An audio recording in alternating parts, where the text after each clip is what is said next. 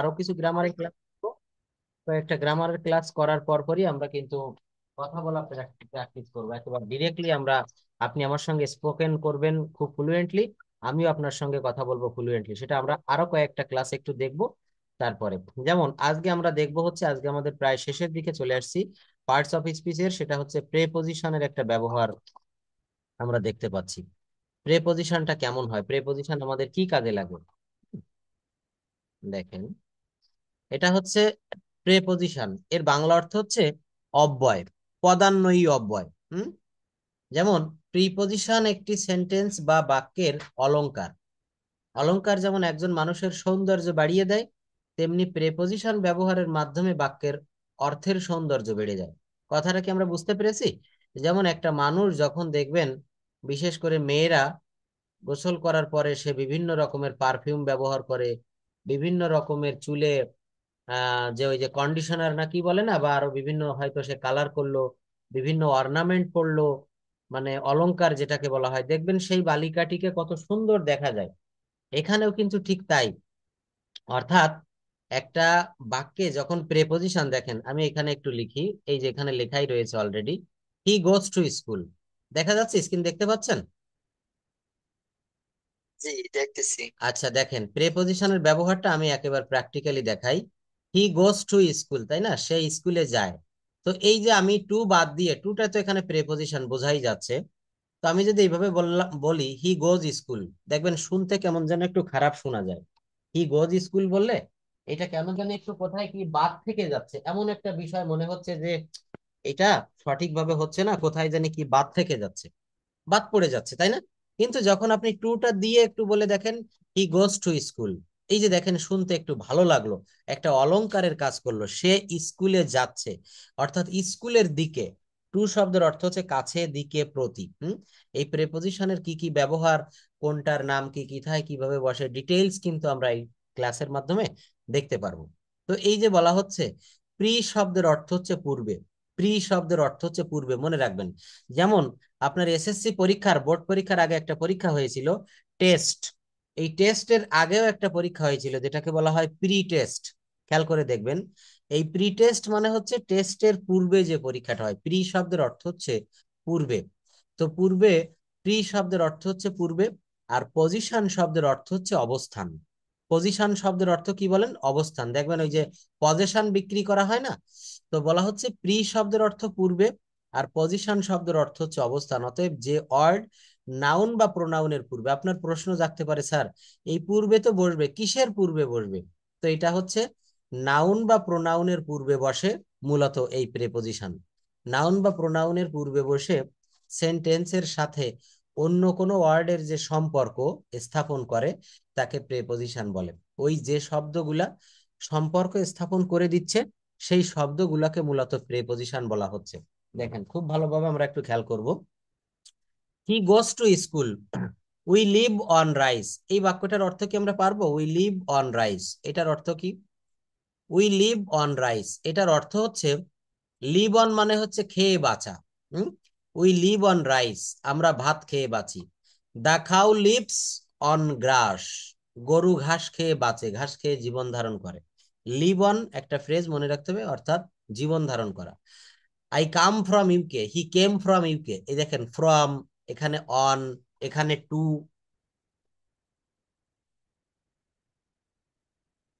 এগুলাই হচ্ছে প্রেপোজিশন। উপরের সেন্টেন্স তিনটি যথাক্রমে, প্রেপোজিশনের ক্লাসটা খুব গুরুত্ব দিয়ে দেখবেন, অনেক ভালো একটা। এবং প্রেপোজিশনটা আমাদের প্রত্যেকটা সেন্টেন্সে প্রায় কিন্তু ব্যবহার করা লাগে। উপরের সেন্টেন্স তিনটি যথাক্রমে টু, ফ্রম, অন, তিনটি ওয়ার্ড স্কুল, ইউকে, রাইসের সাথে সম্পর্ক স্থাপন করেছে, সুতরাং টু, ফ্রম, অন এই তিনটি হচ্ছে প্রেপোজিশন। আমি যদি বলি উই লিভ রাইস, দেখেন এই যে দ্বিতীয় বাক্যটা একটু খেয়াল করব আমরা, উই লিভ রাইস, আমরা বাঁচি ভাত, এটা কোনো বাক্য হলো? হলো না। কিন্তু যদি দেয় we live on rice, sorry we live on grass না rice, we live on rice, তো এইখানে এই অনটা দেওয়ার কারণে বাক্যের একটা নতুন অর্থ আসছে, এবং এই বাক্যটা দেখতেও সুন্দর হচ্ছে, শুনতেও সুন্দর হচ্ছে। এই জন্য এই ওয়ানটাকে এখানে প্রেপোজিশন বলা হচ্ছে। এবং এটা ওই যে বললাম অলংকারের মতো কাজ করলো। উই লিভ রাইস, আমরা বাঁচি ভাত, এটা কোনো বাক্য হবে না। কিন্তু যখন আমি বলবো উই লিভ অন রাইস, প্রেপোজিশনের ব্যবহারটা হয়তো বুঝতে পারতেছেন যে কেমন হয়। তো এখানে তিনটা বাক্য, he goes to school, we live on rice, আর আই কাম ফ্রম ইউকে। তো এই যে ফ্রম, অন এবং টু, এই তিনটা শব্দ যোগ করার কারণে এই সেন্টেন্স গুলার শ্রী বৃদ্ধি হয়েছে, এইগুলো শ্রুতি মানে মধুর হয়েছে, এবং এইগুলা কিন্তু একটা অলংকারে সুসজ্জিত হয়েছে। এই জন্য এই তিনটা ওয়ার্ড, টু, অন, ফ্রম, এগুলো হচ্ছে এখানে প্রেপোজিশন। তো আমরা সংজ্ঞাটা একটু দেখব। যে ওয়ার্ড যে ওয়ার্ড নাউন বা প্রোনাউনের পূর্বে বসে, এখানে দেখেন ওই লিভ অন রাইস, আমরা ভাত খেয়ে বাঁচি, তাই না? এই রাইসটা হচ্ছে নাউন। তাই বলা হচ্ছে যে ওয়ার্ড নাউন বা প্রোনাউনের পূর্বে বসে সেন্টেন্সের সাথে অন্যান্য ওয়ার্ডের সাথে সম্পর্ক স্থাপন করে।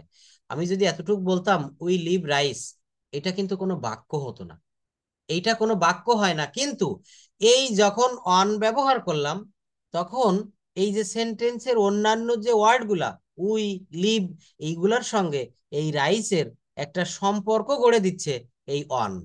এই জন্য বলা হচ্ছে যে ওয়ার্ড নাউন বা প্রোনাউনের পূর্বে বসে সেন্টেন্সের সাথে অন্য কোনো ওয়ার্ডের সম্পর্ক স্থাপন করে তাকে প্রেপোজিশন বলে। এই অন নামক যে শব্দটা, এইটা অন্য অন্য ওয়ার্ডের সাথে সম্পর্ক তৈরি করে দিয়েছে, একটা অনুঘটক হিসাবে কাজ করেছে। এই জন্য এখানে এই ওয়ানটাকে বলা হচ্ছে প্রেপোজিশন। এর অর্থ কি বলেছি? অব্যয়। অর্থাৎ এটাকে বলা হয় পদান্বয়ী অব্যয়।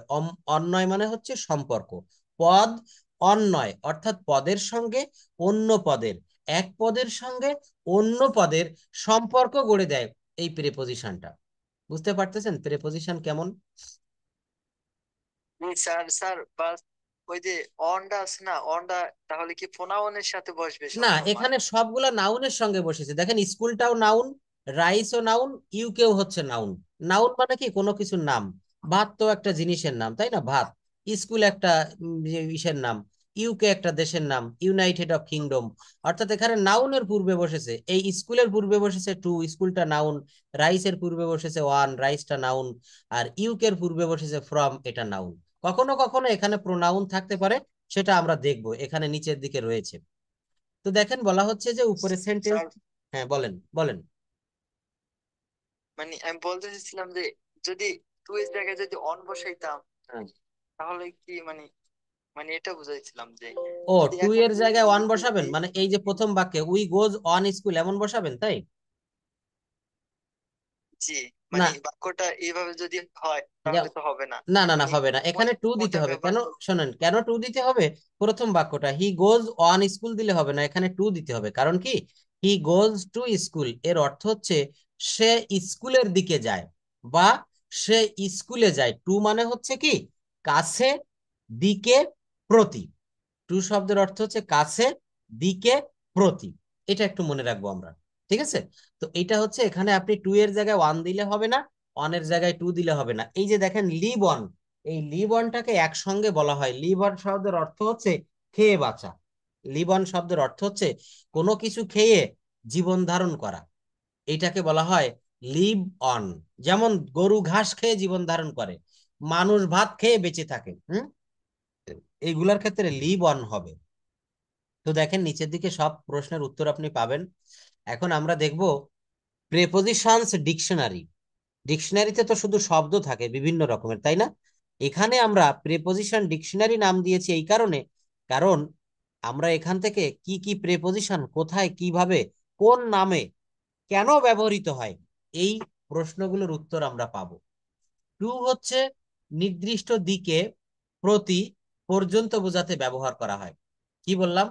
টু হচ্ছে, দেখেন এর প্রত্যেকটা লাইন, প্রত্যেকটা কথা আমাদের ভালো করে জানতে হবে।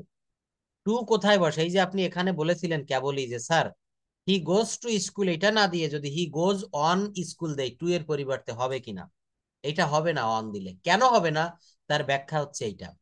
টু বসে কোথায়? নির্দিষ্ট কোনো দিকে, প্রতি বা পর্যন্ত, অর্থাৎ কাছে, দিকে, প্রতি, এমন বোঝালে টু বসে। এই যে এখানে বলেছি হি গোজ টু স্কুল, অর্থাৎ সে স্কুলের দিকে যায় বা স্কুলে যায়। এই যে কাছে, দিকে বুঝালে টু, এখানে আপনি ওয়ান দিলে তো বাক্যটার অর্থ সঠিক হবে না। বুঝতে পেরেছেন? এই জন্য এইটার নাম দিয়েছি প্রেপোজিশনস ডিকশনারি। এটা কিন্তু ওই এইভাবে সাজানো আপনি অন্য কোথাও পাবেন না। এই পিডিএফটা ভালো করে পড়বেন। আর গত ক্লাসের যে কাজগুলো করেছেন আমি দেখে দিয়েছি, কিন্তু আমি ওখানে কিছু লিখিনি, সময় পাইনি। সবগুলাই আপনার প্রায় সঠিক হয়েছে। আমি ক্লাসের শেষের দিকে ওইগুলো আবার একটু স্ক্রিনের সামনে এনে আপনাকে দেখাই দিব। একটা দুইটা হয়তো একটু ভুল আছে, আমি দেখাই দিব সব। তো দেখেন, এখানে বলা হচ্ছে টু হচ্ছে নির্দিষ্ট দিকে, প্রতি বা পর্যন্ত বোঝাতে ব্যবহৃত হয়।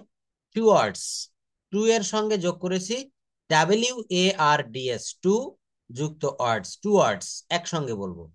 টুয়ার্ডস হচ্ছে অনির্দিষ্ট কোনো গন্তব্য, টুয়ার্ডস হচ্ছে অনির্দিষ্ট কোনো গন্তব্য বোঝাতে বা লক্ষ্য অর্জন করা বোঝাতে টুয়ার্ডস বসে। এবং এই প্রত্যেকটার বাক্য আপনি নিচেই পাবেন। টু দিয়ে বাক্য রচনা করা আছে, টুয়ার্ডস দিয়ে বাক্য রচনা করা আছে, অ্যাট দিয়ে বাক্য রচনা করা আছে, ইন দিয়ে বাক্য রচনা করা আছে, অ্যাবাউট দিয়ে বাক্য রচনা করা আছে, অ্যাবাউট, হ্যাঁ, অ্যাবাউট। এই যে দেখেন, বিটুইন, অ্যালং, আমি একটু পড়ে যাই, একটু শুনবো আমরা। অ্যাট, স্থান বা সময় বোঝাতে নির্দিষ্ট সময়ের পূর্বে অ্যাট বসে। ইন, মাস বা বছর বা কোনো বড় স্থান, কোনো ভাষা বা বিষয় বা কোনো কিছুর মধ্যে বোঝাতে ইন বসে। অ্যাবাউট অর্থ সম্পর্কে। বিটুইন, দুইজন ব্যক্তির মধ্যে বোঝালে বিটুইন বসে। যদি বলি এই আমগুলা দুইজন ব্যক্তির মধ্যে ভাগ করে দাও, কয়জন বললাম? দুইজন।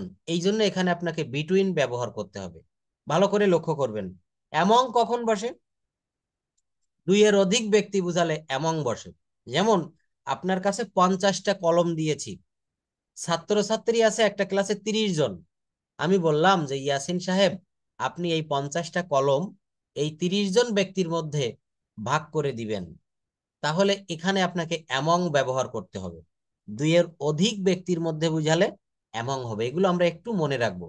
আর ক্লাস শেষে রেকর্ডটা শুনবেন আর পিডিএফ দেখবেন, এমনি মনে থাকবে। এগেনিস্ট অর্থ বিরুদ্ধে, অ্যাক্রস অতিক্রম করা। আফটার অর্থ পরে, বিফোর অর্থ আগে। আমরা সবাই জানি আফটার অর্থ কি, পরে, আর বিফোর অর্থ আগে। অন কোথায় বসে? দেখেন, এই জায়গাগুলো আমরা কিন্তু অনেকে বুঝি না, যার কারণে আমরা বাক্য তৈরি করতে গেলে প্রায়শই আমাদের ভুল হয়। অন বসে হচ্ছে স্থির বস্তু, স্থির বস্তু স্পর্শ করে বোঝাতে বা কোনো বার বা তারিখের পূর্বে অন বসে। যেমন আমি যদি বলি the book is on the table, the book is on the table, স্থির বস্তু স্পর্শ করে বোঝাতে। টেবিলটা কি স্থির না? এই স্থির বস্তুর উপরে স্পর্শ করে রয়েছে বইটা, বইটা টেবিলের উপরে আছে।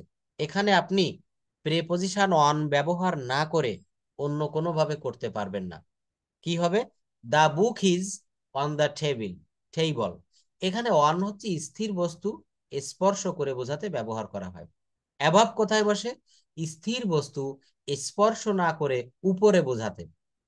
অর্থাৎ একটু উপরে যখন হবে স্থির বস্তু, কিন্তু স্পর্শ করা হবে না, তখন এর প্রত্যেকটার ব্যবহার আমরা নিচে দেখব।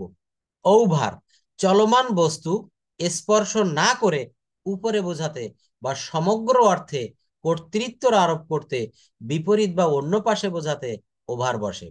আন্ডার, কোনো কিছুর নিচেই বোঝাতে বা কারো চেয়ে বয়সে ছোট বোঝাতে আন্ডার বসে। কি বললাম? কোনো কিছুর নিচেই বোঝাতে বা কারো চেয়ে বয়সে ছোট বোঝাতে আন্ডার বসে। বিলো কোথায় বসে? অবস্থান বা পদমর্যাদা বা গুণগত মানের দিক থেকে নিচেই বোঝাতে বিলো বসে। অবস্থানগত নিচে, পদমর্যাদাগত নিচে বা গুণগত মানের থেকে নিচেই যখন কিছু বোঝাবেন তখন বিলো বসে। বাহাইন্ড কোথায় বসে? পিছনে বোঝাতে। হুম। বিয়ন্ড কোথায় বসে? নির্দিষ্ট সময় পর বা কল্পনার বাহিরে বা সামর্থ্যের বাহিরে বোঝাতে বাহাইন্ড শব্দটা ব্যবহার করা হয়। ইনটু কোথায় বসে? প্রবেশ বা গতিশীল অবস্থা। দেখেন, এই শব্দগুলো আমরা একটু মনে রাখবো, হ্যাঁ, এগুলো আপনি একবারে মনে থাকবে না, একটু পরে পড়বেন, সবই কিন্তু আপনার মুখস্থ হয়ে যাবে। ইনটু প্রবেশ বা গতিশীল অবস্থা বা রূপ পরিবর্তিত হওয়া, দলে দলে ভাগ হওয়া বোঝাতে ইনটু বসে। উইথ কোথায় বসে? কোনো কিছুর সাথে কোনো বস্তু দ্বারা বোঝাতে উইথ বসে। দেখেন, আপন কোথায় বসে? কোনো ভিত্তির উপর বোঝাতে আপন বসে। উইদিন কোথায় বসে?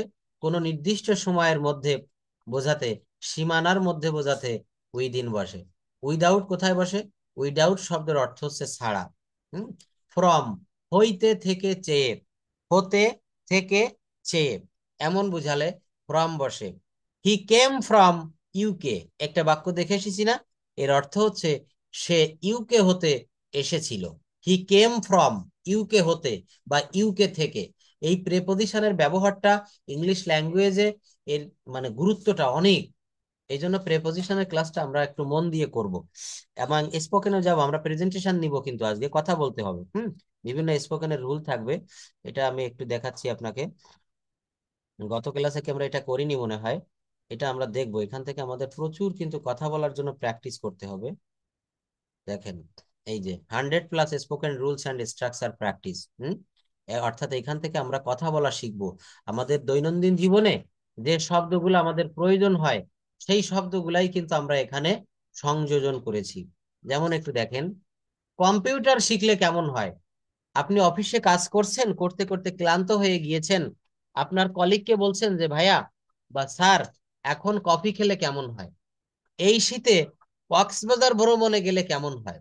হুম মেয়েটির সাথে দেখা করলে কেমন হয়। এই যে শব্দগুলো, এই বাক্যগুলো আমরা কিভাবে বাক্য গঠন করব, এগুলো সব হাউ অ্যাবাউট দিয়ে করতে হবে। কি দিয়ে বলেন? হাউ অ্যাবাউট এর অর্থ হচ্ছে কেমন হয়। কম্পিউটার শিখলে কেমন হয়, হাউ অ্যাবাউট লার্নিং কম্পিউটার। এখন কফি খেলে কেমন হয়, how about taking a cup of coffee. দেখেছেন? অর্থাৎ এখানে বাক্যটা গঠন করতে হবে আপনাকে এই স্ট্রাকচার মেইনটেইন করে। সেটা হচ্ছে হাউ অ্যাবাউট প্লাস ভার্বের পর আইএনজি প্লাস এক্সটেনশন। খুবই সহজ, রুলটা কিন্তু অত্যন্ত সহজ। আমরা শুধু একবার একটু দেখলেই এগুলো আমরা পারবো। এটা হচ্ছে হাউ অ্যাবাউট এর একটা রুল। কম্পিউটার শিখলে কেমন হয়, এখন ইংরেজি শিখলে কেমন হয়, এখন কফি খেলে কেমন হয়। তো এই রুলগুলো আমরা এই প্রেপোজিশনটা একটু কমপ্লিট করে আমরা স্পোকেনের রুলগুলো দেখব। কথা বলতে গেলে আমাদের কথা বলার প্র্যাকটিস করতে হবে, মুখ খুলতে হবে। You have to, if you want to speak in English, at first you should open your mouth. If you want to speak in English, যদি আপনি কথা বলা শিখতে চান ইংরেজিতে, at first you have to open your mouth. প্রথমে আপনাকে মুখ খুলতে হবে। এই যে ভয় হয়, ভুল হয়ে যায়, জড়তা চলে আসে, একটু বললে থেমে যায়, তাই না? এইগুলা কিন্তু একটা সময় দেখবেন আর থাকবে না। এটা কি আপনার বিশ্বাস হয়? আমি মনে করি হয়। কেননা এই ভুলের ভিতরেই কিন্তু আমাদের ফুল নিহিত রয়েছে, এই ভুলের ভিতরেই কিন্তু আমাদের সাফল্যের সিঁড়ি রয়েছে। ভুল করতে হবে, প্রচুর কথা বলবেন আপনি। আমরা সেই জায়গাটাতে আসছি, কথা বলাটা প্র্যাকটিস করতে হবে। আপনি যত ভুল হয় আপনি বলবেন, এখানে তো কোনো জরিমানা দেওয়া লাগছে না, তাই না? কোনো সমস্যা হচ্ছে না। আপনি ভুল ভাল বলে যাবেন, একটা সময় দেখবেন গ্রামার জানতে জানতে ওই ভুলটা আর ভুল হবে না, ওইটা ফুলে পরিণত হয়ে গেছে, ফুল হয়ে যাবে। তো কি বলছে? ফ্রম হচ্ছে হতে, থেকে, চেয়ে। অফ এর অর্থ হচ্ছে র বা এর, কারো অধিকারে বোঝাতে, বয়স বা গুণ বোঝাতে অফ বসে। অফ এর বা কারো অধিকারে বোঝাতে, বয়স বা গুণ বোঝাতে অফ বসে। ইউজ অফ প্রেপোজিশন, দেখেন নিম্নে প্রেপোজিশনে 30টি ব্যবহার দেওয়া হলো। এই 30টা ব্যবহার যদি আপনি ভালোভাবে কমপ্লিট করতে পারেন, আপনি ফ্লুয়েন্টলি কথা বলতে পারবেন। যেমন ছোট স্থান বা শহর, ছোট স্থান বা ছোট শহর বা জায়গার পূর্বে অ্যাড বসে। এটা আমরা প্র্যাকটিক্যালি দেখব। যেমন আপনার উপজেলা কোনটি বলেন? আপনার উপজেলার নাম কি দেশের বাড়িতে? উপজেলার নাম? আপনার জেলা কি? উপজেলার নাম জেলা কি? চাঁদপুর। চাঁদপুর। জেলা চাঁদপুর। আর উপজেলা কি? চাঁদপুরই বলছি। আচ্ছা, চাঁদপুর সদর। কিন্তু মনে করেন একজনের বাড়ি হচ্ছে কুমিল্লা, এখন কুমিল্লা ওখানে একটা উপজেলা রয়েছে মুরাদনগর, তাই না? তো যদি বলা হয় সে কুমিল্লায় বাস করে, তখন হি লিভস ইন কুমিল্লা। এই দেখেন এখানে এইটা দিয়ে আমি বুঝাই, কুমিল্লাটা না দিয়ে এখানে যেটা রয়েছে, হি লিভস অ্যাট মিরপুর। হুম এখানে বলছে ছোট স্থান, ঢাকা শহর একটা বড় জায়গা, ওই শহরের একটা ছোট্ট জায়গার নাম মিরপুর। আপনি নিশ্চয়ই নাম শুনেছেন, মিরপুর, গুলশান, বসুন্ধরা, বারিধারা, তাই না? অনেক জায়গার নাম আছে। তো যদি বলা হয় সে ঢাকা শহরে বাস করে বা সে ঢাকায় বাস করে, তখন কিন্তু এখানে অ্যাড দিলে চলবে না, এখানে ইন দিতে হবে। কেন? এটা আমরা পরে দেখব। অর্থাৎ বলা হচ্ছে বড় জায়গা, বড় শহর, এর পূর্বে ইন বসে। He lives in Dhaka. কিন্তু ঢাকা শহরের একটা ছোট্ট জায়গা যখন বুঝালো, সে ঢাকার মিরপুরে বাস করে, হি লিভস অ্যাট মিরপুর। দেখেছেন? তাহলে এইটা একটু মনে রাখবো যে ছোট শহর, ছোট জায়গার পূর্বে অ্যাড বসে, বড় শহর বা বড় জায়গার পূর্বে ইন বসে। নির্দিষ্ট সময় বোঝাতে অ্যাড বসে। নির্দিষ্ট সময় কেমন? আমি সকাল 9টার সময় স্কুলে যাই। আমি সকাল 9টার সময় স্কুলে যাই, কি হবে? I go to school at 9 AM। At 9 AM, এই দেখেন 9টার সময় একটা নির্দিষ্ট সময় না? আমার স্কুল 9:30টায় বসে, আমি প্রতিদিন বাসা থেকে ঠিক 9টায় রওনা দেই। তাহলে কি বললাম? নির্দিষ্ট সময়ের পূর্বে অ্যাড বসে। এইগুলা আপনি বাসায় বসে, আপনার তো দিনের বেলায় ছুটি থাকে, আপনি প্রতিনিয়ত আমার এই শিটগুলা কমপ্লিট করবেন। আপনি পড়ছেন, অনেক বেশি পড়তেছেন আমি জানি। এই যে যেভাবে হোমওয়ার্ক করে আমাকে পাঠাচ্ছেন, এভাবে কাজ করলে আপনি দ্রুত ডেভেলপ করতে পারবেন। গ্রামারের আর কয়েকটি ক্লাস একটু করাবো, তারপর দেখবেন প্যাসিভ ভয়েস, WH কোশ্চেন, তারপর হচ্ছে মডাল সেমি মডাল করানোর পরে আপনি কথা বলতে পারবেন। কথা বলার কিছু সিস্টেম রয়েছে। তারপরে এই যে যে শিটটা দেখালাম না, 100+ রুলস, অর্থাৎ এইগুলা আমরা প্রতিনিয়ত কথা বলতে গেলে ওই বাক্যগুলাই কিন্তু আমরা ব্যবহার করি।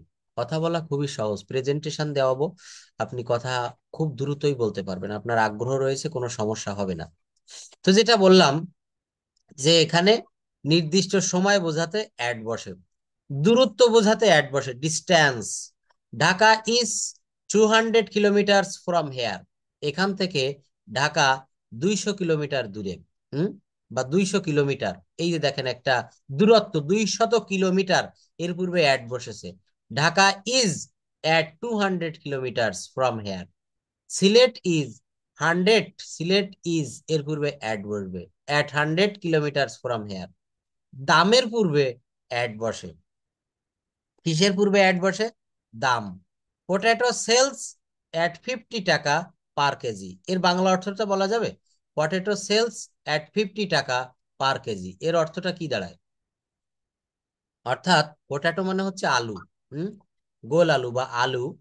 আলু 50 টাকা পার কেজি বিক্রি হয়, মানে আলু 50 টাকা প্রতি কেজি দরে বিক্রি হয়। এই যে দাম 50 টাকা, কয় টাকা? 50 টাকা। এর পূর্বে দেখেন অ্যাড বসেছে, তাই না? বয়স বোঝাতে অ্যাড বসে। He passed SSC at 16। He passed, এই বাক্যটা কোন টেন্স একটু বলা যাবে? He passed SSC। এটা হ্যাঁ, ভালো করে বুঝে বলতে হবে, এটা প্রেজেন্ট টেন্স না পাস্ট টেন্স? Past tense. তাহলে পাস্ট টেন্সটা তো চারি ভাই। পাস্ট কি কন্টিনিউয়াস না পাস্ট পারফেক্ট? এই বাক্যটা হি পাস্ট, পাস্ট পারফেক্ট না, এটা পাস্ট ইনডেফিনিট। হুম, পাস্ট ইনডেফিনিট কিভাবে? পাঁচ হ্যাঁ, দেখেন কিভাবে পাস্ট ইনডেফিনিট। এই টেন্সটা আমরা ভুলে গেলে চলবে না, এটা সর্বদা মনে রাখতে হবে। কারণ এখানে এই যে পাস রয়েছে না, PASS, পাস মানে পাস করা বা অতিক্রম করা, এরপরে ইডি যুক্ত হয়েছে, পাস্ট। পাস্ট। তো দেখেন, পাস্ট ইনডেফিনিট টেন্সের গঠন প্রণালী সাবজেক্ট প্লাস ভার্বের V2 প্লাস অবজেক্ট বা এক্সটেনশন। তো এখানে সাবজেক্টের পরে এখানে আপনি পাস্ট পারফেক্ট বলেছেন, এখানে কোনো হ্যাড বা অন্য কোনো কিছু আছে? নাই। পাস্ট পারফেক্ট টেন্স এটা হ্যাড বসে, আফটার বা বিফোর থাকে, তাই না? এই ধরনের কোনো কিছু নাই। এর বাংলাটা হচ্ছে সে 16 বছর বয়সে SSC পাশ করেছিল। এখানে কি অন্য কোনো বোঝাচ্ছে যে করিতেছিল বা করিয়া ছিল? এখানে করেছিল, এটা পাস্ট পারফেক্টের একটা বাংলা। কিন্তু এখানে আপনাকে ভার্ব দেখে টেন্স শিখতে হবে, চিনতে হবে কিভাবে। এখানে ভার্বটা কি? সে পাশ করেছিল, অর্থাৎ 16 বছর বয়সে SSC পাশ করেছিল। অর্থাৎ এখানে ভার্বের V2 ফর্ম রয়েছে, PASS, পাস মানে হচ্ছে পাশ করা, এরপরে বসেছে পাস্ট, পাস্ট মানে পাশ করেছিল। এরপরে দেখেন অন কোথায় বসে, এটা আপনি পড়েন তো। কোনো কিছুর উপর সংলগ্ন বোঝাতে অন বসে। নিচের এই বাক্যগুলো একটু পড়বো আমরা, পড়েন। এখানে হ্যাঁ, কোনো কোনো কিছুর উপর কিছুর সংলগ্ন। উপর হুম, পড়েন, হচ্ছে কোনো কিছুর উপর। সংলগ্ন বুঝতে বুঝতে অন বসে, হুম, যেটা অবজেক্ট কে স্পর্শ করে থাকে। Keep keep the mobile on the table. তাহলে এখানে keep the mobile on the table, এখানে অন বসছে। হ্যাঁ, আপনি রিডিং তারপরে করে যান, হ্যাঁ এইভাবে বার পড়েন, দিন আমি বুঝাই, পড়েন, সুন্দর হচ্ছে। বার দিন তারিখের পূর্বে অন বসে। Hmm, I went there on yesterday. He will come here on 70 January. হুম, তারপরে নদীর তীরে বোঝাতে অন বসে। হুম। Dhaka is on the Buriganga. হুম। তারপরে নদীর তীর নিচে বোঝাতে অন বসে, যেগুলা। দেখেন আমরা সুন্দর একটা জায়গা পড়লাম। নদীর তীর বোঝাতে অন বসে, Dhaka is on the Buriganga, এটার বাংলা অর্থ কি দাঁড়ায়? ঢাকা বুড়িগঙ্গা নদীর তীরে অবস্থিত। এই যে নদীর তীরে বোঝাতে, ঢাকা শহরটা কোন নদীর তীরে? বুড়িগঙ্গা নদীর তীরে। আমরা যদি এইভাবে বলতে পারতাম ঢাকা ইজ দা বুড়িগঙ্গা, এইটার কোনো অর্থও হতো না, সঠিক কোনো বাংলা অর্থ কিন্তু এখানে হতো না, ঢাকা ইজ দা বুড়িগঙ্গা। কিন্তু ওই যে বলেছি প্রেপোজিশন অর্থ হচ্ছে অলংকারের মতো কাজ করে। এখানে যখনই একটা অন বসিয়ে দিলাম, কত সুন্দর একটা অর্থ হয়ে গেল দেখেন। বাক্যটা দেখতেও সুন্দর হলো, শুনতেও সুন্দর হলো। Dhaka is on the Buriganga, Dhaka Buriganga নদীর তীরে। স্যার, হুম। অনের সাথে যাবে দা বসলো। হ্যাঁ, দা বসেছে, ওই যে একটা নির্দিষ্ট করে বুঝাচ্ছে। বুড়িগঙ্গা নির্দিষ্ট করে বুঝালে তার পূর্বে আর্টিকেল দা বসে। বুঝছেন, বুড়িগঙ্গা তো একটাই নদী, এখানে আর্টিকেলের ক্লাসটা নিব, স্যার তখন এই কোথায় দা বসে, কোথায় অন বসে, কোথায় এ বসে, এইগুলো ভালোভাবে জানতে পারবো। অর্থাৎ ঢাকা স্যার, ইজ, এটা যদি বলি, বলেন। ঢাকা ইদা ইদা বুড়িগঙ্গা, তাহলে হবে? বলেন বলেন, আবার কি বলছেন, শুনতে পাইনি। Dhaka is on in the Buriganga. না, ইন এখানে যদি বসাই ইন অনেক দিলে, জায়গায়। ইন দিলে কি হয় জানেন? ইন শব্দের অর্থ হচ্ছে মধ্যে বা ভিতরে। যেমন he is in the room, he is in the room now, অর্থাৎ সে এখন রুমের ভিতরে আছে। সে এখন কোথায় আছে? রুমের ভিতরে আছে। এই ইন মানে হচ্ছে ও, মধ্যে বা ভিতরে। এইটা দিলে আপনি যদি এখানে ইন ব্যবহার করেন, বাক্যটার অর্থ ঠিক থাকে না, একটু এলোমেলো হয়ে যায়, টোটাল এক কথা এখানে ভুল হয়ে যায়। ঢাকা ইজ ইন দা ও, বুড়িগঙ্গা, শোনেন, ঢাকা ইজ স্যার অন তাহলে দা কি? Buriganga, Dhaka is on the Buriganga, এইটা বললে বাংলা অর্থটা হয় ঢাকা শহর বুড়িগঙ্গা নদীর তীরে অবস্থিত। ভালো করে লক্ষ্য করব। আর Dhaka is in the Buriganga, এইটা বললে কি বাংলা অর্থ দাঁড়ায়? ঢাকা শহর বুড়িগঙ্গা নদীর ভিতরে অবস্থিত। তো একটা শহর কি পানির ভিতরে অবস্থিত হতে পারে? বলেন। তা পারে না, এই জন্য এখানে ইন ব্যবহার করা যাবে না, ঠিক আছে? তো এইভাবে প্রশ্ন করতে হবে যে স্যার এখন মানে, এইটা না হয়ে ওইটা হলে কি হইতো। এইভাবে প্রশ্ন করলে জানা যাবে। স্যার আমি যদি বলি sir I am in the park, মানে এটা হ্যাঁ, ঠিক এটা না? বুঝাবে, এটা আই বুঝাবে, এম ইন মনে দা করেন পার্ক। এটা এটা ঠিক আছে। এই বাক্যটা ঠিক হবে যে I am in the park, আমি পার্কের ভিতরে আছি। I was in the park, আমি পার্কের ভিতরে ছিলাম। এখানে ইন ব্যবহার করতে পারবেন, কারণ চারিপাশে বাউন্ডারি দেওয়া রয়েছে, একটা নির্দিষ্ট জায়গার ভিতরে, এরিয়ার ভিতরে আপনি আছেন। এখানে ইন ব্যবহার করলে কোনো ভুল হবে না। I am in the park, he is in the park, they are in the park, mister Karim is in the park now, mister Karim এখন পার্কের ভিতরে। এগুলো আপনি এখানে ইন দিতে পারবেন। অর্থাৎ মনে রাখতে হবে, নদীর তীর বোঝাতে অন বসে, নদীর তীর বোঝাতে অন বসে, আর নির্দিষ্ট কোনো কিছুর ভিতরে বা মধ্যে বোঝাতে ইন বসে, পার্কের ভিতরে, রুমের ভিতরে, হুম, তারপরে বাড়ির ভিতরে, উঠানের ভিতরে, এখানে আপনি ইন ব্যবহার করতে পারবেন। মনে রাখবেন এই সংজ্ঞাগুলো, কথাগুলো একটু মনে রাখতে হবে। নির্ভরতা বোঝাতে অন বসে, যেমন ওই যে প্রথমে এই বাক্যটা লিখেছিলাম একেবারে প্রথমে, উই লিভস, এখানে লিভস হবে না, উই লিভ হবে। উই লিভ অন রাইস, আমরা ভাত খেয়ে বাঁচি, আমরা ভাতের উপরে বেঁচে থাকি। We live on, he lives on his father. এই যে দেখেন, আপনি যখন সৌদি আরবে যাননি, যাওয়ার আগে দেশে ছিলেন, আপনি কিন্তু আপনার পিতার উপরেই নির্ভরশীল ছিলেন। আপনি যখন লেখাপড়া শিখেছেন, আপনার পিতার টাকায় আপনি লেখাপড়া শিখেছেন, তাই না? তাই বলা হচ্ছে he lives on his father, সে তার পিতার উপরে নির্ভর করে বেঁচে আছে। ফ্লোরের সংখ্যা বোঝাতে অন বসে। ইন কোথায় বসে? বড় শহরের পূর্বে ইন বসে। এই যে দেখেন, কেবল আপনি ইন বলতেছিলেন। আই লিভ ইন বাংলাদেশ, এর অর্থ কি জানেন? আমি বাংলাদেশে বসবাস করি, বাংলাদেশ, তাই না? তাহলে বাংলাদেশ একটা জায়গা না, একটা দেশ। এই দেশের মধ্যেই আমি আছি, দেশের চারিপাশে বর্ডার দেওয়া আছে, সীমানা প্রাচীর দেওয়া আছে, এর ভিতরে, অর্থাৎ কোনো কিছুর ভিতরে অবস্থান বোঝালে ইন বসে। I live in India, I live in Bangladesh, I live in Dhaka, I live in Comilla, I live in Noakhali, বিভিন্ন জায়গায় আপনি বিভিন্নটা বলতে পারবেন। তো বাংলাদেশ বড় জায়গা হওয়ার কারণে তার পূর্বে ইন বসেছে, আর ছোট জায়গা হলে অ্যাট বসে। দেখেন, আই লিভ ইন বাংলাদেশ, এই বাক্যটায় বলা হচ্ছে আমি বাংলাদেশে বাস করি, অ্যাট ঢাকা, অ্যাট ঢাকা। এখানে আমি একটু আগে বলেছি আই লিভ ইন ঢাকা, কিন্তু আবার এখানে ঢাকার পূর্বে অ্যাট কেন হলো? কারণ বলা হচ্ছে কি আমি বাংলাদেশের ঢাকা শহরে বাস করি, এই ঢাকা শহরের তুলনায় বাংলাদেশটা অনেক বড়, এই জন্য বাংলাদেশের পূর্বে ইন বসেছে। আর একটা সমগ্র দেশের তুলনায় রাজধানী শহরটা অনেক ছোট, এই জন্য এর পূর্বে অ্যাড বসেছে। কি বোঝা যায়? দেখেন, শুধু যদি বলি আমি ঢাকায় বাস করি, আই লিভ ইন ঢাকা, তখন ঢাকা মানে একটা বড় ব্যাপার।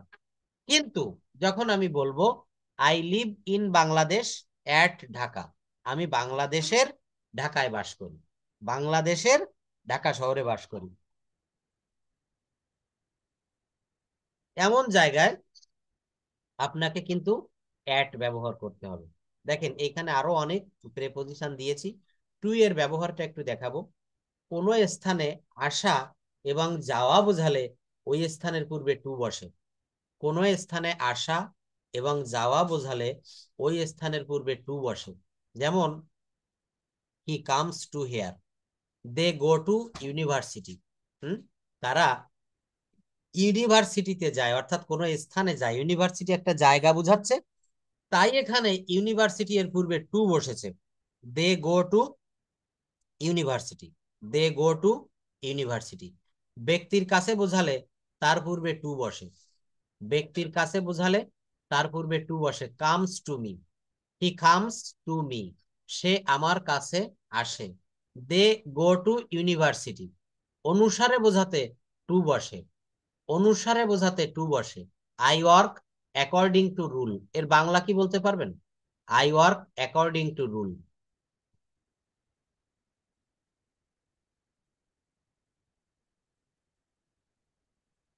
I work according to rule, এর অর্থ হচ্ছে আমি কাজ করি নিয়ম অনুসারে, আমি নিয়ম অনুসারে কাজ করি। দেখেন এই জায়গাটা আমরা একটু পড়বো, আমাদের রিডিং স্কিলটা যাচাই করার জন্য আমরা এটা একটু খেয়াল করব। প্রথমে আমরা এখান থেকে এই পর্যন্ত পড়ি, ইমপ্রেসড মি পর্যন্ত।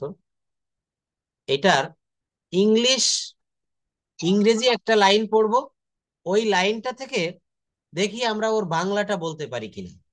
তাহলে আমরা আমাদের চারটা স্কিল বলেছিলাম না, রিডিং স্কিলটা আপনি কতটুকু পারেন এটা কিন্তু আমরা বুঝতে পারবো। During the last summer vacation, গত গ্রীষ্মের ছুটিতে, I along with my uncle, আমি আমার চাচার সাথে, made a journey by train, একটা ট্রেন ভ্রমণের আয়োজন করেছিলাম, ফ্রম ঢাকা টু সিলেট, যে ভ্রমণটা ছিল ঢাকা থেকে সিলেট। উই ওয়েন্ট দেয়ার, আমরা সেখানে গিয়েছিলাম, to enjoy the natural beauties, প্রাকৃতিক সৌন্দর্য এনজয় করতে, of hills and T gardens, পাহাড় এবং চা বাগানের। দেখেন আমি দুইটা লাইন পড়ে দিলাম, তাই না?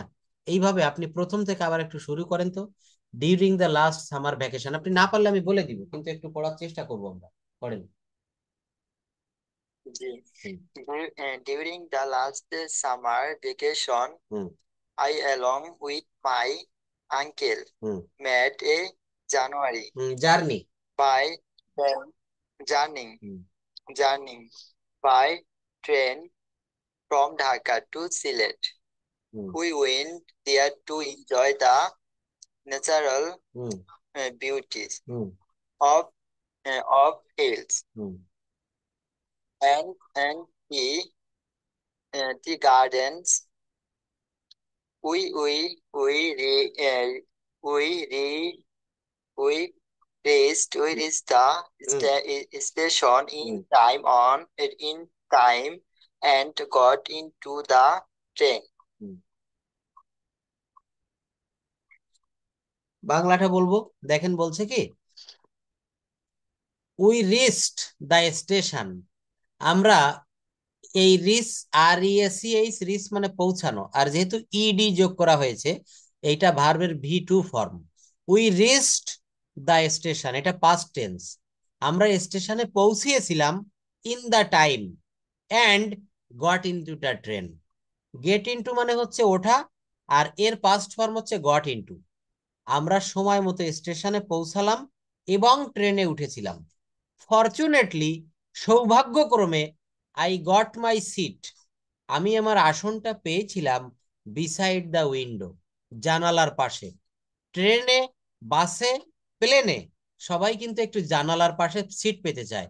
তো বলছে ফরচুনেটলি, সৌভাগ্যক্রমে, I got my seat beside the window, আমি জানালার পাশে আমার সিট পেয়েছিলাম। When the guard blew the whistle, যখন ওই গার্ড বাঁশি বাজালো, the train began to move, ট্রেনটা চলতে শুরু করলো। I kept looking outside through the window, আমি জানালার মধ্য দিয়া বাহিরের দিকে তাকাতে লাগলাম।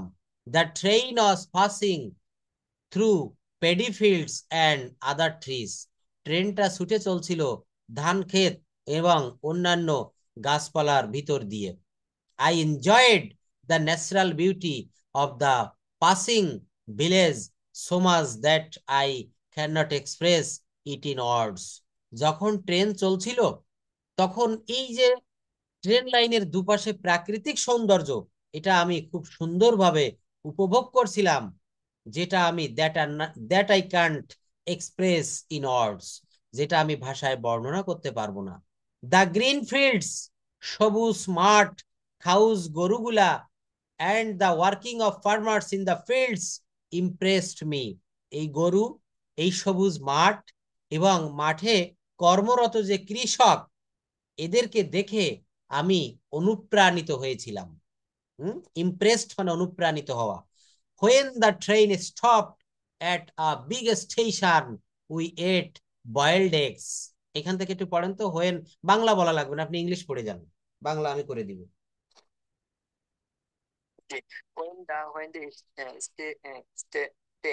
When the train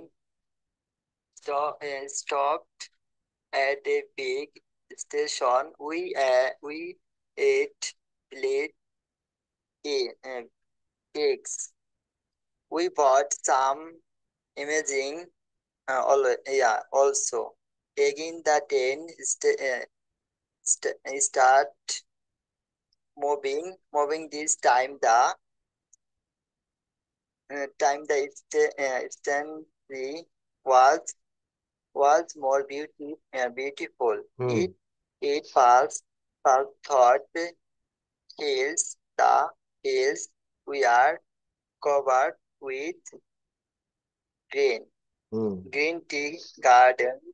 My joy not new on bounds at the seat of hills and tree then soon it become became became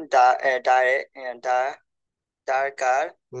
Everything become my stations and also beautiful with the approaching evening at 7 p.m. We reached the station and show my uncle spent waiting for us. We felt relieved and enjoyed the rest of the days very much. It was the most pleasant enjoying in my life. I will remember the journey, journey for ever, journey for ever, journey. For ever অর্থাৎ এর অর্থটা কি? I will remember the journey for ever, অর্থাৎ চিরদিনের জন্য আমি এই ভ্রমণের কথাটা মনে রাখবো। আই উইল রিমেম্বার, এইটুক কোন টেন্স বলেন তো? আই উইল রিমেম্বার, আমি মনে রাখবো, এটা কোন টেন্সের ভিতরে পড়ে? আই উইল রিমেম্বার, এটা হচ্ছে ইয়েস, থ্যাংক ইউ। এই যে আপনি টেন্স শিখে গেছেন, এই এতটুকু পারলেই হবে, আর লাগবে না। এই যে টেন্সটা আমরা আইডেন্টিফাই করা শিখে গেছি। আই উইল, শ্যাল উইল থাকলে ফিউচার টেন্স হয়, এবং এখানে উইল এর পরে দেখেন একটা ভার্বের বেস ফর্ম রয়েছে, basic form B one form remember, এর সঙ্গে ইডি আইএনজি কোনো কিছু যুক্ত নেই। এই জন্য এটা হচ্ছে present sorry future indefinite tense. I will remember, আমি মনে রাখবো কি, দ্য জার্নি ফর রিভার, এই ভ্রমণটা, আমি চিরদিন মনে রাখবো। I will remember. Future indefinite tense, এটা আপনি বলতে পেরেছেন। তাহলে ফিউচার ইনডেফিনিট টেন্সের আরো কয়েকটা বাক্য বলেন তো। যেমন future future I will it future rice. হ্যাঁ, ফিউচার ইনডেফিনিটের বলতে হবে আই উইল ইট রাইস, আমি ভাত খাবো। আমি স্কুলে যাব, I will go to school. তারা আজ বাড়ি আসবে, they will come home today. সে আজ ঢাকায় যাবে, he will go to Dhaka today. অর্থাৎ এই যে একটা টেন্স শিখে ওই টেন্স দেখে দেখে আমরা যেন আরো অনেক বাক্য তৈরি করতে পারি, এই বিষয়টা আমাদের একটু খেয়াল রাখতে হবে। একটা রুল যখন শিখাই দিব, ওই রুল থেকে আরো শত শত বাক্য আপনাকে তৈরি করতে হবে। তাহলে কিন্তু ওই রুলটা খুব স্ট্রংলি শেখা যাবে। দেখেন এখানে এই যে প্রেপোজিশনের ব্যবহার দেখাচ্ছি, এই প্রেপোজিশন ডিকশনারি, এগুলো আপনাকে পড়তে হবে, এগুলো মুখস্থ করতে হবে। কি হবে জানেন, এটা একবার পড়ে শেখা যায় না। আপনি যখন আমার ক্লাসের পরে আরেকবার আপনি পড়বেন, দেখবেন এই ক্লাসটা আপনার জীবনে কখনো আর কোনোদিন ইচ্ছা করলেও ভুলতে পারবেন না। অধিকার বা মালিকানা বোঝাতে অফ বসে, যেমন this is the car of mister Azad. অধিকার বা মালিকানা বোঝাতে কি বসে একটু মনে রাখবেন, অফ বসে। This is the car of mister Azad, এটা মিস্টার আজাদের গাড়ি, অর্থাৎ এইটার মালিককে, আজাদ। উপকরণ বোঝাতে অফ বসে। The briefcase is made of leather. এই দেখেন মেড অফ, মেড অফ মানে কি জানেন, তৈরিকৃত। মেড অফ, মেড অফ তৈরি, কিসের তৈরি, চামড়ার। এখানে অফ মানে কিন্তু রয়েরও বুঝায়। অফ মানে কি বুঝায় বলেন, রয়ের। The briefcase is made of leather, এই উপকরণটি চামড়ার তৈরি। লেদারের ব্রিফকেস আছে না, লেদারের চামড়ার জুতা আছে না, চামড়ার মানি ব্যাগ আছে, এখানে সেইটাই বুঝাচ্ছে। কারণ বোঝাতে অফ বসে। তার বলেন। তার যদি অপটা যদি মেডের আগে বসে তাহলে কি হবে না? This briefcase is of made leather, না এখানে হবে না। এখানে অফটা এই অফ মেড এবং লেদারের মাঝখানে দিতে হবে। কেন দিতে হবে, এই মেড অফ এতটুকু একসঙ্গে বলতে হবে, মেড অফ মানে হচ্ছে তৈরি। তাহলে কিসের তৈরি, মেড অফ লেদার, চামড়ার তৈরি। এবং এই অপের পরে, প্রেপোজিশনের পরে নাউন বা প্রোনাউন বসে। অর্থাৎ নাউন বা প্রোনাউনের পূর্বে প্রেপোজিশন বসে, আবার এটাও বলতে পারেন প্রেপোজিশনের পরে নাউন বা প্রোনাউন বসে, সেই একই কথা, যে লাউ সেই কদু। অর্থাৎ এখানে the briefcase is made of leather, অর্থাৎ এই ব্রিফকেসটি চামড়ার তৈরি। এখানে মেড অফটা একসঙ্গে দিতে হবে, এবং কেন দিতে হবে, ওই যে চামড়ার তৈরি, অফ মানে হচ্ছে র এর, অফ মানে হচ্ছে র এর, কিসের তৈরি, চামড়ার তৈরি। কারণ বোঝাতে অফ বসে, যেমন he died of corona virus. Corona ভাইরাসে সমগ্র বিশ্বে হাজার হাজার লক্ষ লক্ষ লোক মারা গিয়েছিল, তা বলছে he died of corona virus. এই ডাই অফ একসঙ্গে বলতে হবে। ডাই অফ শব্দের অর্থ হচ্ছে রোগে ভুগে মরা, ডাই অফ। ডাই ফর, এটা হচ্ছে দেশের জন্য মরা। ডাই ফ্রম, অতিরিক্ত কোনো কিছু খেয়ে মরা।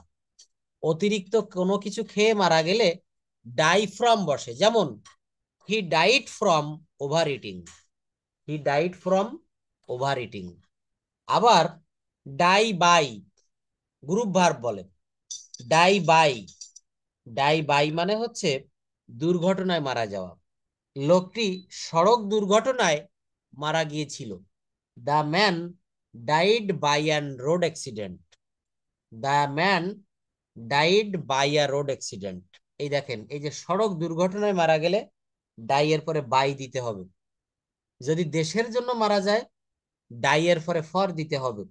স্বাধীনতা যুদ্ধে অনেক লোক শহীদ হয়েছিল না, তো বলা হচ্ছে মতিউর রহমান দেশের জন্য মারা গিয়েছিলেন। মতিউর রহমান ডাইট ফর দ্য কান্ট্রি। মনে রাখবেন চারটা রয়েছে ডাই দিয়ে, die of, die by, die for, die from. এটা পরে আমি একটা ইসে দেখাবো। তো এখানে বলছে কারণ বোঝাতে অফ বসে, সে করোনা ভাইরাসের কারণে মারা গিয়েছিল, he died of corona virus. সম্পর্ক বোঝাতে অফ বসে, I knew everything of it. Use of over, দেখেন কোনো কিছু স্পর্শ না করে উপরে চলমান রয়েছে এমন বোঝাতে ওভার বসে। কোনো কিছু স্পর্শ না করে মাথার উপরে চলমান থাকবে, এখানে ওভার বসবে। কেমন? The plane is over the field, the plane is over the field. আপনি যখন প্লেনে উঠেছিলেন তখন এই প্লেনটা চলমান ছিল, কিন্তু এটা মাটিতে স্পর্শ ছিল না। এই জন্য বলা হচ্ছে the plane is over the field, the plane is over our head. প্লেনটি আমাদের মাথার উপরে। এখানে কি করতে হবে? এখানে এই প্লেন চলমান, কোনো কিছু স্পর্শ না করে উপরে চলমান অবস্থায় রয়েছে এমন বোঝালে ওভার বসবে, মনে রাখবেন। হুম। বিপরীত পাশে বোঝাতে ওভার বসে। দে লিভ ওভার দ্য রোড। আপনি একটা রাস্তা দেখিয়ে বলছেন যে স্যার আমার বন্ধুরা এই রাস্তার ওই পার বসবাস করে। They live over the road, অধিকার বোঝাতে ওভার বসে। যেমন I was in America for over a year, অধিক বোঝাতে অধিক। আই ওয়াজ ইন আমেরিকা, আমি আমেরিকাতে ছিলাম, ফর ওভার এ ইয়ার, প্রায় 1 বছরেরও বেশি। আপনি দেশে চলে আসছেন, আপনি আমাকে বলছেন স্যার আমি 10 বছরেরও বেশি সময় সৌদি আরব ছিলাম। I was in Saudi Arabia for 10 years. তাহলে এখানে অধিক বোঝাতে ওভার বসবে। কি বসবে? ওভার বসবে। দেখেন বিটুইন এবং অ্যামং, এটা আমি একটু আলোচনা করেছিলাম। দুইয়ের মধ্যে বোঝাতে, দুইয়ের মধ্যে বোঝাতে বিটুইন বসে, দুইয়ের মধ্যে বোঝাতে বিটুইন বসে। অনেকের মধ্যে বোঝাতে অ্যামং বসে। Bangladesh will win between India and England. Divide the apple between the two brothers. Hmm. Bangladesh will win, Bangladesh জয়লাভ করবে কোথায়? Between India and England. দেখেছেন এখানে দুইয়ের মধ্যে হলে বিটুইন, কিন্তু দুইয়ের বেশি যখন বোঝাবে তখন অ্যামং হবে। কিভাবে? Divide the mangoes among the four brothers. Divide the mangoes among the four brothers. আমগুলা 4 ভাইয়ের ভিতরে ভাগ করে দাও। ভাই কয়জন? 4 জন না? এই জন্য এখানে দুইয়ের অধিক হলে বুঝালে এমন। এইগুলো আপনি পড়বেন, পড়লে বুঝতে পারবেন। এখানে এমন কোনো রুল নাই যে আপনি পড়লে বুঝবেন না। ফ্রমটা কোথায় বসে দেখেন, কারণ নিকট হতে অন্য কোনো স্থানে থেকে বা বোঝালে ব্যক্তির আগে ফ্রম বসে। কি বলছে? কারো নিকট হতে বা অন্য কোনো স্থান হতে বা অন্য কোনো স্থান থেকে বোঝালে ব্যক্তির আগে ফ্রম বসে বা বস্তুর আগে। যেমন হি কেম ফ্রম নেপাল। এই দেখেন নেপাল একটা জায়গার নাম না, এই জন্য এর পূর্বে ফ্রম বসেছে। এর বাংলাটা অর্থ তো কি দাঁড়ায়? হি কেম ফ্রম নেপাল, সে নেপাল থেকে এসেছিল। হুম।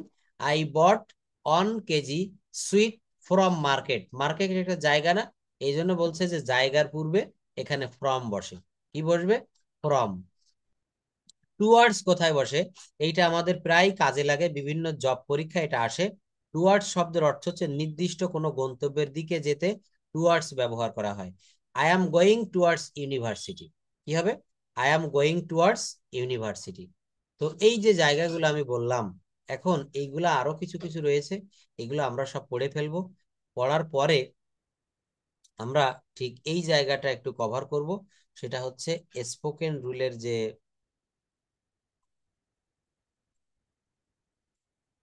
জায়গাটা দেখাচ্ছিলাম। আপনি এখন বলছেন যে স্যার এখন আমি পড়তে পড়তে ক্লান্ত হয়ে গিয়েছি, এখন আমার একটু বিশ্রাম নিতে ইচ্ছা করছে, স্যার আমার এখন একটু কফি খেতে ইচ্ছা করছে। এখানেও দেখবেন প্রেপোজিশনের ব্যবহার আছে প্রত্যেকটা জায়গায়। এটা এমন একটা জিনিস, বেশিরভাগ সেন্টেন্সে আপনি এদেরকে দেখতে পাবেন। আমার কফি খেতে ইচ্ছা করছে, I feel like taking a cup of coffee. এই দেখেন এখানেও প্রেপোজিশন চলে এসেছে অফ। দেখছেন কোথায় প্রেপোজিশন পড়াচ্ছিলাম, হঠাৎ করে অন্য একটা সেন্টেন্সে চলে আসলাম। তো সেখানেও এসে অন্য সেন্টেন্সে আসি, এসে দেখলাম সেখানেও প্রেপোজিশন রয়েছে। আমার বৃষ্টিতে ভিজতে ইচ্ছা করছে, I feel like wetting in the rain. আমার চা খেতে ইচ্ছা করছে, I feel like taking a cup of tea. তাহলে এই যে কথাগুলা আপনাদের বা আমার প্রতিনিয়ত এই কথাগুলো বলা লাগে কিনা একটু ভেবে দেখেন। আমার মনে হয় প্রত্যেকের দৈনন্দিন জীবনে এই কথাগুলো বলা লাগে। আমার চা খেতে ইচ্ছা করছে, আমার খুব ঘুম পাচ্ছে, এখন ঘুমাতে ইচ্ছা করছে, আমার এখন বিরিয়ানি খেতে ইচ্ছা করছে, আমার এখন একটু বাইরে ঘুরতে যেতে ইচ্ছা করছে। কি এই কথাগুলো বলা লাগে না? অবশ্যই লাগে। তো স্পোকেন ইংলিশের এই রুলগুলা যদি আমরা ভালোভাবে শিখি, তাহলে এই কথাগুলো আমরা বলতে পারবো। আমার এখন খেতে ইচ্ছা করছে, তো এই কথাগুলো আজকে থেকেই যখন আপনার ক্ষুধা লাগে, আপনি এইগুলা ইংলিশে বলবেন কিভাবে? Subject plus feel like, subject plus feel like plus ভার্বের পর আইএনজি প্লাস এক্সটেনশন। আমার খেতে ইচ্ছা করছে, আই ফিল লাইক ইটিং। আমার খেতে ইচ্ছা করছে না, নেগেটিভ হলে কি আসে আমরা সবাই জানি, do not. I do not feel like eating. তোমার কি খেতে ইচ্ছা করছে? Do you feel like eating? আমার কফি খেতে ইচ্ছা করছে, I feel like taking a cup of coffee. আপনি বলতে পারেন, স্যার এখানে তো ইটিং নেই, টেকিং কেন আসলো? কি প্রশ্ন জাগে না? এটা জাগাটা স্বাভাবিক। তো এখানে এই যেটা টেক, আমরা হ্যাঁ, আপনার মনেই আসছে, দেখেন মনের কথাটা আমি বলে দিলাম তো। আমরা তো জানি ইট মানে খাওয়া, কিন্তু মনে রাখবেন যেগুলো তরল পদার্থ, সেখানে আমরা, যেগুলা তরল পদার্থ পান করে খেতে হয়, সেখানে আমরা ইট না দিয়ে ড্রিঙ্কও দিতে পারি, টেকও দিতে পারি, হ্যাবও দিতে পারি। হ্যাব মানেও কিন্তু পান করা হয়, খাওয়া হয়। তো বললাম কি, I feel like eating a cup of coffee. এখানে ইটিং দিলে বোঝা যায় কি আপনি ভাত জাতীয় কিছু খেতে চাচ্ছেন, ভাত, চিড়া, মুড়ি। কিন্তু এই যে কফি, তো এটা তরল পানীয় পদার্থ, তাই বলা হচ্ছে I feel like taking a cup of tea. এখানে টেক মানে নেওয়া বা গ্রহণ করা বা খাওয়া। বুঝতে পেরেছেন? এখানে ইটিং দেওয়া যাবে না। আমার পাখির মতো উড়তে ইচ্ছা করছে, আপনি আকাশে প্লেন দেখছেন, দেখে দেখে মনে মনে বলছেন যে আমার এখন পাখির মতো উড়তে ইচ্ছা করছে। I feel like, I feel like flying like a bird. দেখেন এই বাক্যগুলা না কিভাবে গঠন করবেন, এর একটা নিয়ম রয়েছে। প্রথমে সাবজেক্ট, এই বাক্যের সাবজেক্ট কি দেখেন, আমার খেতে ইচ্ছা করছে, প্রথমে সাবজেক্ট আই, তারপর কি সাবজেক্ট আই, তারপর feel like, I feel like, এরপর ভার্বের পর আইএনজি। তো এখানে ভার্ব কোনটি? খাওয়া, অর্থাৎ ইট, ইটের সঙ্গে ING, eating. I feel like eating, আমার খেতে ইচ্ছা করছে। যদি বলা হয় আমার ভাত খেতে ইচ্ছা করছে, I feel like eating rice. আমার বিরিয়ানি খেতে ইচ্ছা করছে, I feel like eating biryani. দেখেছেন? তাহলে এই রুল, এখানে অনেক স্যার, রুল দেওয়া আছে, বলেন। স্যার আইএনজি যে আছে, তাহলে এটা কোন টেন্স মনে করো, কোন টেন্সটা হবে? অবশ্যই এগুলো কন্টিনিউয়াস টেন্স। ধন্যবাদ, ভালো প্রশ্ন করেছেন। এই যে আমার খেতে ইচ্ছা করছে, করছে মানে কি? করিতেছে। এখানে সাধু ভাষায় যদি বলতাম, তাহলে এটা হতো আমার ভাত খেতে ইচ্ছা করিতেছে। তো ওই সাধু ভাষা এখন আর চলে না, চলিত ভাষা বলা হয়। আমার ভাত খেতে ইচ্ছা করছে, আমার ঘুড়ি উড়াতে ইচ্ছা করছে, আমার এখন ঘুমোতে ইচ্ছা করছে, এগুলো সব প্রেজেন্ট কন্টিনিউয়াস টেন্স। হ্যাঁ, এই জন্য এখানে ভার্বের পরে কিন্তু আইএনজিটা বসেছে। তো দেখেন এরপরে একটা রুল আমরা শিখবো। অনেক সময় আমরা বলি যে লেগে থাকো তুমি জিতবে, হাসতে থাকো তুমি সুখী হবে, নামাজ পড়তে থাকো এক সময় সকল সমস্যার সমাধান হবে, তুমি যেতে থাকো আমি পরে আসবো। এই কথাগুলো একটু ভেবে দেখেন, চিন্তা করে দেখেন, আমাদের প্রতিনিয়ত এই কথাগুলো কিন্তু আমরা বলি। তো এইগুলা যখন সামনে আসবে, আপনি একটু ইংলিশে এই কথাগুলো বলার চেষ্টা করবেন। স্পোকেন ইংলিশ বা ইংরেজি ভাষায় কথা বলতে গেলে প্রথম যে কাজটা করা দরকার সেটা কি জানেন? আপনি সারা দিন যে কাজগুলা করেন, মনে করেন আপনি এখন রান্না করবেন, রান্না করতেছেন অলরেডি, তো রান্না করার সময় মনে মনে বলবেন, now I am cooking rice, now I am cooking rice, আমি এখন ভাত রান্না করছি। আপনি একটু পরে খেতে বসবেন, তাই না? আপনার ওখানে সকাল হবে, তো আপনি বলবেন, নাও আই হ্যাভ টু ইট, এখন আমাকে খেতে হবে। নাও আই হ্যাভ টু গো, তাই না? এই গো ভার্ব দিয়ে, ইট ভার্ব দিয়ে, আমি এইটা মনে হয় দেখিয়েছিলাম, আজকে আবার একটু দেখাই। এই জায়গাটা আমরা একটু দেখবো। দেখেন, একটা ভার্ব দিয়ে অনেক বাক্য তৈরি করব। এই যে বললাম না হ্যাভ টু এর ব্যবহার, এখানে একটা বাক্য দেখাই, হ্যাভ টু।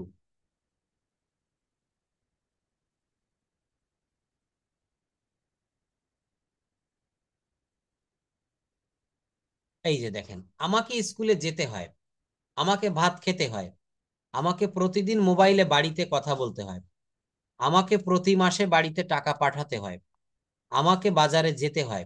এই বাক্যগুলো আপনি কিভাবে বলবেন? এগুলো হচ্ছে M two, is to, are two. Semi modal auxiliary ভার্বটা আপনাকে একটা ক্লাস নিব আগামীতে, এই ক্লাসের উপরে জানতে পারবেন যে করতে হয়, যেতে হয়, খেতে হয়, এমন থাকলে সাবজেক্ট অনুসারে M two, is to, are two বসে। যেমন আই হচ্ছে এখানে ফার্স্ট পারসন, আমাকে যেতে, আমাকে স্কুলে যেতে হয়, I am two go to school. আমাকে স্কুলে যেতে হয় না, I am not to go to school. আমাকে কি স্কুলে যেতে হয়, am I two go to school. আমাকে কি স্কুলে যেতে হয় না, am I not to go to school. দেখেছেন? এই যে বাক্যগুলা, এই যে ব্যবহারগুলা, এইগুলো আমরা কিভাবে করব? এইগুলো আমরা অ্যাম to, is to, are two দিয়ে করব। এবার একটা দেখাই আপনাকে, যেটা দেখাতে চাচ্ছিলাম, হ্যাভ টু এর ব্যবহার। আমাকে যেতে হয়, আর এখানে কি লিখেছি, আমাকে যেতে হবে। দেখেন, ফিউচার টেন্সে আমরা জানি শ্যাল উইল বসে, এখানে কোনো শ্যাল উইল ব্যবহার করিনি, কিন্তু ফিউচার একটা অনুভূতি বুঝাচ্ছে, ফিউচার একটা ফিল আসছে এখানে। I have to go to office every day বা today. I have to go to office today এর অর্থ কি? আমার আজ অফিসে যেতে হবে। আমার আজ অফিসে যেতে হবে না, I don't have to go to office today. আমার কি আজ অফিসে যেতে হবে? তো আমরা জানি প্রেজেন্ট ইনডেফিনিট টেন্সে যেখানে কোনো অক্সিলারি ভার্ব থাকে না, সেখানে কিন্তু ডু বা ডাজ আনতে হয়। তো এখানে আই অনুসারে ডু বসে, do I have to go to office everyday. দেখেন, এই ডু দিয়ে কয়েকটা বাক্য আপনাকে শিখাই। যদি বলা হয় আই ইট রাইস, আমি ভাত খাই, এটার নেগেটিভ কি হবে বলা যাবে? I eat rice. G. I do not eat rice কি আই হবে? Don't eat rice. I don't eat rice. এটার ইন্টারোগেটিভ বা প্রশ্নবোধক কি হবে বলেন? এটা ইন্টারোগেটিভ হবে হইলো do I do it I rice. Try. Do I eat rice. অর্থাৎ আপনি কিভাবে করলেন? ওই নেগেটিভ করার সময় যে ডু নট ব্যবহার করেছিলেন, ওই ডু নট এর নট কেটে দিতে হবে, আর ওই ডুটাকে বাক্যের একেবারে প্রথমে বসাতে হবে, তাহলে কিন্তু এটা ইন্টারোগেটিভ হবে। এখানেও ঠিক তাই, I have to go to office today, আজ আমাকে অফিসে যেতে হবে। এখানেও নেগেটিভ করার সময় একটা নেগেটিভ শব্দ, I don't have to go to office today, আমাকে আজ অফিসে যেতে হবে না। আমাকে কি আজ অফিসে যেতে হবে? Do I have to go to office today. আমাকে কি আজ অফিসে যেতে হবে না, don't I have to go to office today. দেখেছেন? এইগুলা হ্যাভ টু এর ব্যবহার। Am to, is to, are to, have to, আরো রয়েছে নিচেই দেখেন, এখানে ক্যানের ব্যবহার দিয়েছি, মডাল ভার্ব ক্যান। এই গো ভার্ব দিয়েই কিন্তু বাক্যগুলো আমি তৈরি করেছি। কেমন দেখেন? এই যে ক্যান, আমি যেতে পারি, আমার সামর্থ্য রয়েছে, শরীরে শক্তি রয়েছে, সেখানে ক্যান ব্যবহার করব। আই ক্যান গো, আমি যেতে পারি। এখানে খেয়াল করে দেখব দুইটা ভার্ব রয়েছে, একটা হচ্ছে ক্যান একটি ভার্ব, আরেকটি হচ্ছে গো একটি ভার্ব। ক্যান একটি ভার্ব, গো একটি ভার্ব। তো এই ক্যান ভার্বটাকে বলা হচ্ছে, ক্যান মানে পারা, এটাকে বলা হচ্ছে অক্সিলারি ভার্ব। তো কোন auxiliary? Modal auxiliary. Can, could, shall, should, may, might, will, would, need to, dare to, must to, তাই না? এগুলো কিন্তু মডাল ভার্ব। তো এগুলাও কিন্তু অক্সিলারি ভার্ব। কেন জানেন? কারণ এই গোটা হচ্ছে এখানে মেইন ভার্ব। এই গোটা একা একা এই বাক্যে বসতে ভয় পাচ্ছে, অন্ধকারে ভয় পাচ্ছে, এই জন্য এখানে আরো একটা ভার্ব, এই গো ভার্বটা ধার করে নিয়ে এসেছে, এইটাকে বলে অক্সিলারি ভার্ব। এর বাংলা অর্থ হচ্ছে সাহায্যকারী ক্রিয়া। তো এটাকে কোন ধরনের সাহায্যকারী ক্রিয়া বলে? Modal auxiliary verb. এই মডাল ভার্বের পরে পরে যে ভার্বটা বসে, এই ভার্বের কোনো পরিবর্তন হয় না। এই ভার্বের কিন্তু কোনো পরিবর্তন হয় না। যেমন আই ক্যান গো, এই আই ক্যান এরপরে আপনি গো বাদে অন্য কোনো ভার্ব যাই বসাবেন না কেন, এই গো ভার্বের সঙ্গে কোনো আইএনজি হয় না, কোনো ডি, ইডি, টি, এন, এনি কিচ্ছু হয় না। অর্থাৎ এই মডাল ভার্বের পরে পরের ভার্বটা সর্বদা বেস ফর্মে থাকে। এই যে দেখেন, এই শীটটা আপনাকে দিব, এটা হচ্ছে একটা বাক্য দিয়ে, একটা মাত্র ভার্ব দিয়ে কিভাবে 30টা বাক্য তৈরি করা যায়। আপনি যদি 1000 বাক্য জানেন ইংরেজিতে, 1000 বাক্যকে আপনি মুহূর্তের ভিতরে 30,000 বাক্যে রূপান্তর করতে পারবেন। কয় হাজার বাক্য বলেন? 30,000। কিভাবে? এক, হ্যাঁ। তাহলে এই যে সিস্টেমটা অনেক সুন্দর একটা সিস্টেম না? ইংলিশে কথা বলা আসলে বিশ্বাস করেন খুবই সহজ। আপনাকে ভয়েস চেঞ্জের কয়েকটা ক্লাস নিব, আর মডাল সেমি মডেলের আগামীতে ক্লাস নিব, নিয়ে আপনাকে স্পোকেন শিখাই দিব, আপনি কথা বলতে পারবেন। কেমন দেখেন? আপনাকে যদি বলি what are you doing now, আপনার বাসায় আমি গেলাম, গিয়ে দেখলাম আপনি ভাত খেতে বসে গেছেন, ভাত খাচ্ছেন। আপনাকে বললাম যে ভাইয়া, what are you doing now. আপনি তখন কি করবেন? আমার প্রশ্নটা কি, আপনি কি করছেন, আপনাকে উত্তর দিতে হবে সেই টেন্স ঠিক রেখে। যে স্যার আমি এখন ভাত খাচ্ছি, কি বলতে হবে? স্যার আই অ্যাম, এইটাই। না, আই ইট রাইস বললে ইনডেফিনিট হয়ে গেল, আই অ্যাম ইটিং রাইস নাও। বুঝতে পারছেন আমি টেন্স? খাচ্ছি, এইটাই। হ্যাঁ, এই যে জায়গাটা দেখেন, এইভাবে আপনাকে প্রশ্ন করব, আপনাকে দিয়ে উত্তর দেওয়া হবে। তারপর যদি বলা হয় what are you eating nice, বা আপনি কখন খেয়েছিলেন, যদি পাস্ট টেন্সে বলি তখন কি হবে? When did you eat rice? তখন বলতে হবে যে I ate rice about 1 hour before বা অ্যাগো। আমি 1 ঘন্টা আগে ভাত খেয়েছিলাম। আপনি কি দিয়ে ভাত খেয়েছিলেন, আপনি কার সাথে খেয়েছিলেন, অর্থাৎ এই ডাব্লিউএইচ গুলো যখন থাকবে, তখন কিন্তু আপনাকে সেইভাবে উত্তর দিতে হবে, টেন্সটা ঠিক রেখে মডাল সেমি মডাল দিয়ে আপনি উত্তর করতে পারবেন। অর্থাৎ এই গ্রামার সম্পর্কে একটু ধারণা চলে আসলে তখন কথা বলাটা খুবই সহজ হবে, আপনি কথা বলতে পারবেন, একেবারে স্পন্টেনিয়াসলি কথা বলতে পারবেন। কিছু সিস্টেম, এই যে শীটটা দেখালাম না, এইটা এখন পাঠিয়ে দিচ্ছি। আর এই যে স্পোকেনের যে শীট, আমার এখন চা খেতে ইচ্ছা করছে, আমার এখন ঘুমাতে ইচ্ছা করছে, এইগুলো দিয়ে দিব, আপনি একটু বাসায় বসে পড়েন। আগামী ক্লাসে এখান থেকে আমি একটু ফিডব্যাক নিব যে এখান থেকে আপনি পড়ে কি বুঝলেন। আর এইখানে দেখবেন একটা শীট দিয়েছি, এই যে এইটা, এইটা থেকে আবারও আপনি তো অনেকগুলো বাক্য করে রেখেছেন, এখান থেকে আরো বাক্য করবেন। হ্যাঁ, এই নিচের দিকে ডে 5, 6 এগুলো দিয়ে বাক্য রচনা করতে হবে বাংলা দেখে দেখে। সে কি আমটি খেয়েছিল, পাস্ট ইনডেফিনিট টেন্সের একটা ইন্টারোগেটিভ। তাহারা কি গিয়েছিল, আমি একটি গান গাইছিলাম। চাঁদ কিরণ দিতেছিল, এই বাক্যটা কোন টেন্স দেখেন, চাঁদ কিরণ দিতেছিল, কি হবে? The moon was shining. হ্যাঁ, দা মুন ওয়াজ শাইনিং, দেখেছেন? তাহলে এইভাবে কিন্তু আমাদের বাক্যগুলো তৈরি করতে হবে। দা মুন ওয়াজ শাইনিং কোন টেন্স? Past continuous tense. আগে টেন্সটা আইডেন্টিফাই করতে হবে। হ্যাঁ, তো এইখান থেকে আপনি বাক্যগুলো আরো একটু করেন, করে আমাকে গতকাল যেমন পাঠিয়ে